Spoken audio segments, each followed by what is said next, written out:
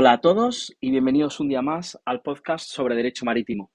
Hoy tenemos con nosotros, y es un verdadero placer, a don Julio Fuentes. Julio pertenece al Cuerpo Superior de Administradores Civiles del Estado y actualmente ya desde hace un tiempo, es subdirector general de Normativa Marítima y Cooperación Internacional en la Dirección General de Marina Mercante, que esta depende del Ministerio de Transporte y Movilidad Sostenible. Si no me equivoco, este es ahora el título oficial con las recientes eh, reformas que ha habido en el Ministerio.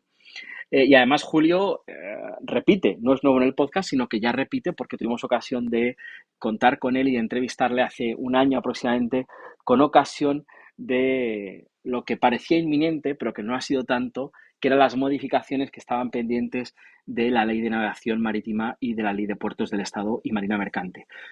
Julio, buenos días y muchas gracias.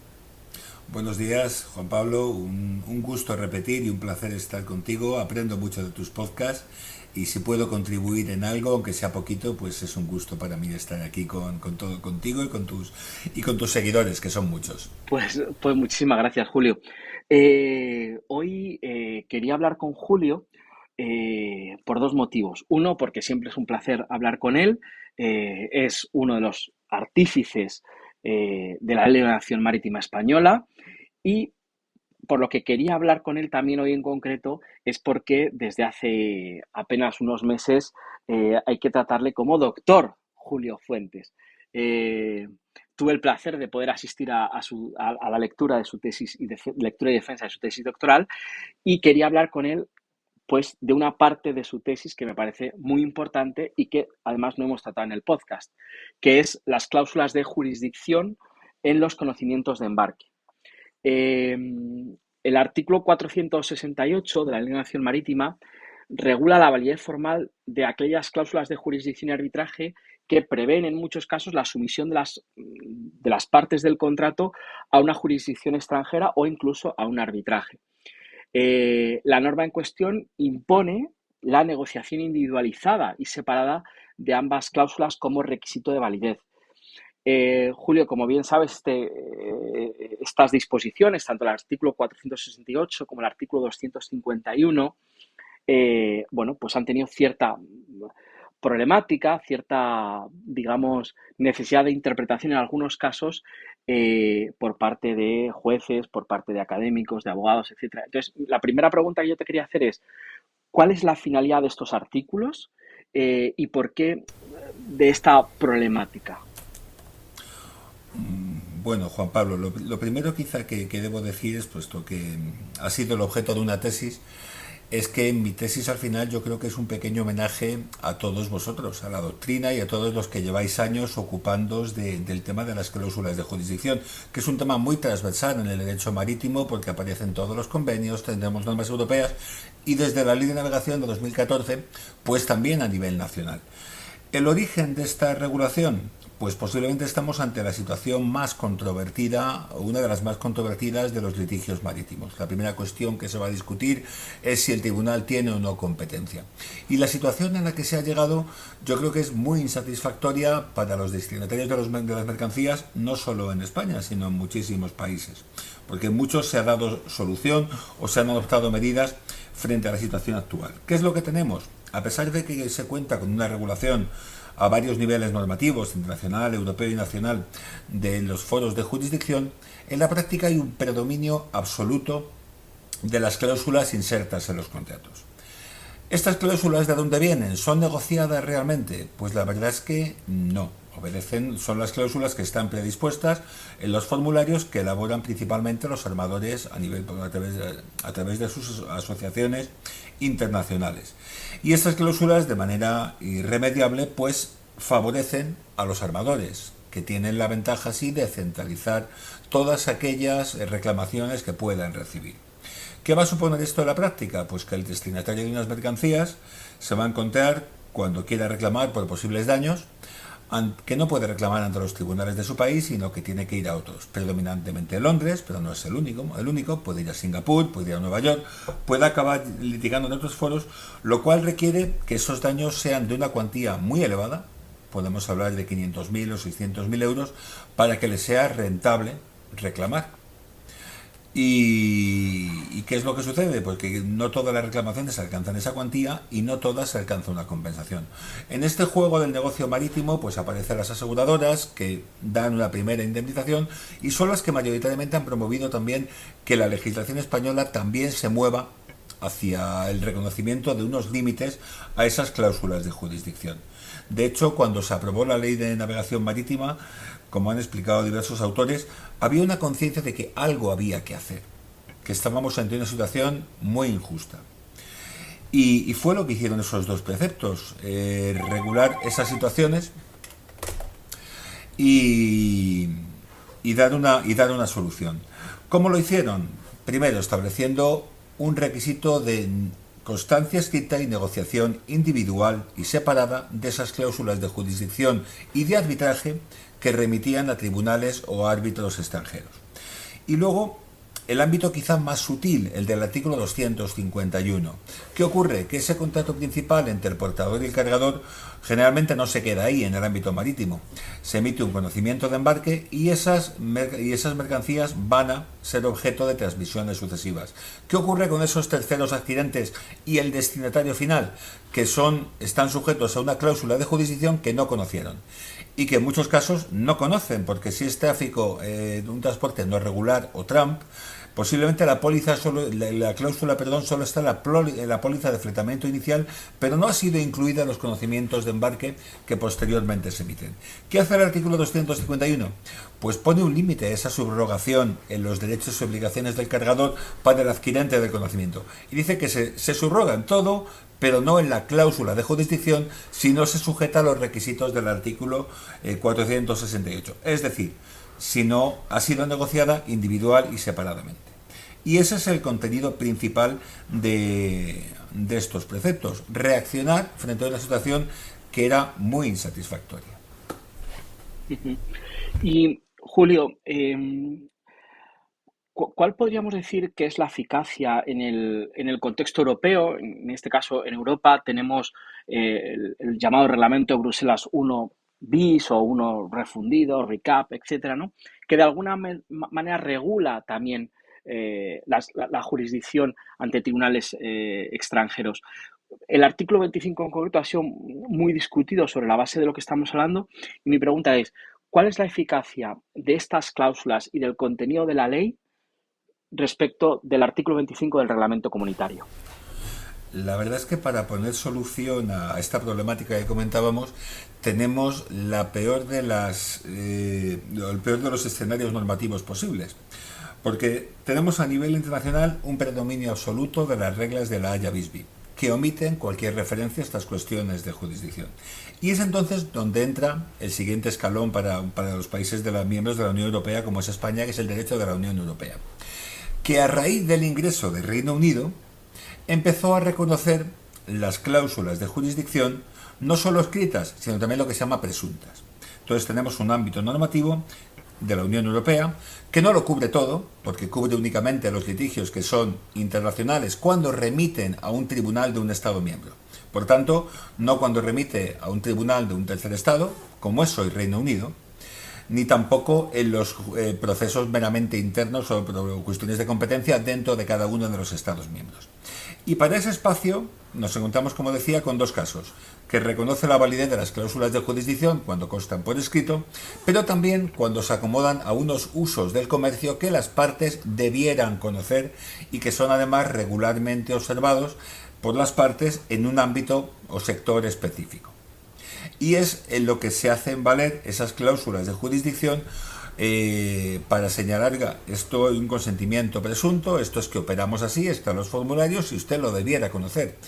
Yo en la preparación de la tesis analicé cuestionarios, o formularios mejor dicho, y hay algunos que eran ilegibles. La letra era de un tamaño que, bueno, hay que tener la visión de un mozalbete para poder ver aquello, porque si no, no había manera de interpretarlo. Bueno, pues esta normativa europea ha tenido un impacto muy importante. Primero, fue asumida por el Tribunal de Justicia de la Unión Europea y con ello por la jurisprudencia del conjunto de los Estados miembros. Y con anterioridad a la ley de navegación, pues se admitía toda cláusula de jurisdicción que que remitía a un tercer estado, normalmente para los tribunales ingleses, pero también la jurisprudencia al final se le daba un efecto expansivo hasta que se ha empezado a recortar. Porque la normativa española, como es lógico, tiene que respetar lo que establecen los convenios internacionales y lo que establece la Unión Europea. Tiene un campo residual. Y ahí también entramos en un problema, porque la Unión Europea regula las cláusulas de jurisdicción, nuestros acuerdos de elección de foro, en el contrato principal, pero no cuando hay transmisiones o ese contrato tiene efectos al tercero, en este caso al tercer adquirente del conocimiento de embarque.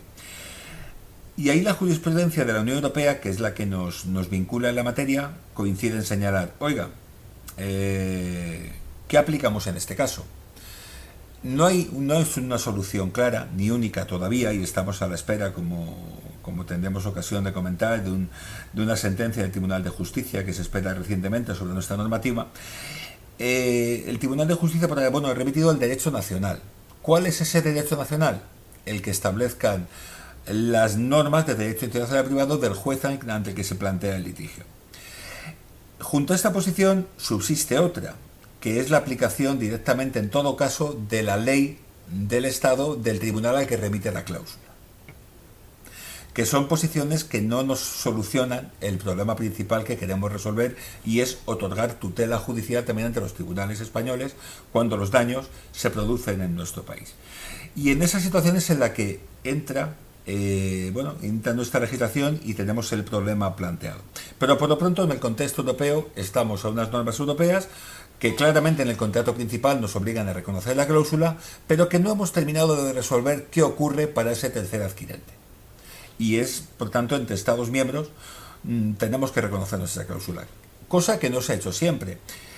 Un artículo que tuvo mucho impacto para la regulación que recogió la Ley de Navegación del profesor Ignacio Arroyo recogía sentencias de otros países, por ejemplo Dinamarca en 2007, que negaban la validez de las cláusulas de jurisdicción al Reino Unido, entonces Estado miembro, y reconocía la competencia de los tribunales daneses para conocer un asunto. Con lo cual, pese a que hay ese reconocimiento general, las tensiones existen. Ujú. Y antes has anticipado una cuestión de la que luego te quiero preguntar, que es la cuestión prejudicial de la sentencia, vamos, de la Audiencia Provincial de Pontevedra, que luego comentamos si quieres, y además de las conclusiones bastante recientes que han sido publicadas por el abogado general de la Unión. Pero te quería preguntar, bueno, y, y en el contexto extraeuropeo, es decir, cuando no estamos en una situación europea, sino, tú bien has dicho, Inglaterra ya no es Europa, en ese tipo de situaciones, ¿qué ocurre? ¿Estamos ante la misma situación que la que nos has descrito o no? Ese ámbito no está cubierto por las normas de la Unión Europea. Y por tanto, Reino Unido, después del Brexit, ya no es un Estado miembro, es un tercer Estado. Y los propios tribunales españoles ya han rechazado la validez de alguna cláusula de jurisdicción a Reino Unido, porque ya es un tercer Estado y no se beneficia de esa normativa que fue capaz de persuadir a Europa para que la adoptara y en la que tanto influyó. La verdad es que el Reino Unido siempre ha tenido muy claro, incluso en leer sus observaciones cuando se tramitaban distintos procesos ante el Tribunal de Justicia, tenía muy claro que hay que conocer todos los asuntos. Y el Reino Unido no solo conoce los asuntos a los que remiten las cláusulas de jurisdicción, donde cuenta con un apoyo mayoritario a su competencia, sino que aunque no remitan a su jurisdicción, con esa doctrina del forum non convenience, pues son capaces de, oiga, aunque esto no está atribuido al tribunal inglés, considero que por la cercanía de las pruebas, porque la otra parte está buscando una ventaja procesal, hay que conocer aquí. Y bueno, y las anti-suit injunction que emiten cuando alguien emite o inicia un proceso fuera de Reino Unido que entienden que ellos tienen que conocer, pues son capaces de ejercer una presión muy efectiva para al final ser los que conozcan y resuelvan los tribunales. Con lo cual, ese negocio jurídico, que es muy potente, lo defienden a capa y espada. En cualquier caso, hacia terceros estados, los jueces españoles tienen la posibilidad de reconocer que esa cláusula que está en un contrato, en un conocimiento de embarque normalmente, no se ajusta a los requisitos de la legislación española y por tanto es nula. Y entonces entran en juego los requisitos de las normas de competencia del artículo 469 de la Ley de Navegación Marítima, que tampoco son normas que se inventara el legislador español. Están en convenios internacionales que reconocen con naturalidad como foros de competencia el domicilio del demandado, el lugar de celebración de los contratos o los puertos o lugar de carga o descarga o de prestación de los servicios según estemos ante contratos de utilización del buque o los auxiliares de la navegación que también están incluidos en el ámbito de estos preceptos. Aquí el juez español tiene la posibilidad de rechazar, por tanto, la validez de esa cláusula que remite pues a Singapur, a cualquier tribunal chino, a Japón, etcétera. Ujú. Y cuando todo esto que estamos comentando lo estamos haciendo referencia en mayor medida sobre las cláusulas de jurisdicción. Pero ¿y qué pasa con las cláusulas de arbitraje? ¿Estas cláusulas tienen el mismo desenlace que nos acabas de comentar o hay alguna diferencia? Bueno, hay alguna diferencia, pero lo cierto es que el tratamiento va en paralelo. El arbitraje tiene una tradición en el mundo marítimo absoluta y de hecho cuando se analizan sobre todo pólizas de fletamento, la remisión al arbitraje, predominantemente en Londres, es mayoritaria. ¿Qué ocurre con el arbitraje? Bueno, pues que hay un convenio de Nueva York del año 58 muy favorable al reconocimiento de estos laudos arbitrales, a la validez de los convenios arbitrales y por tanto que se aplica muy restrictivamente, como también señala la doctrina que deben aplicarse las restricciones.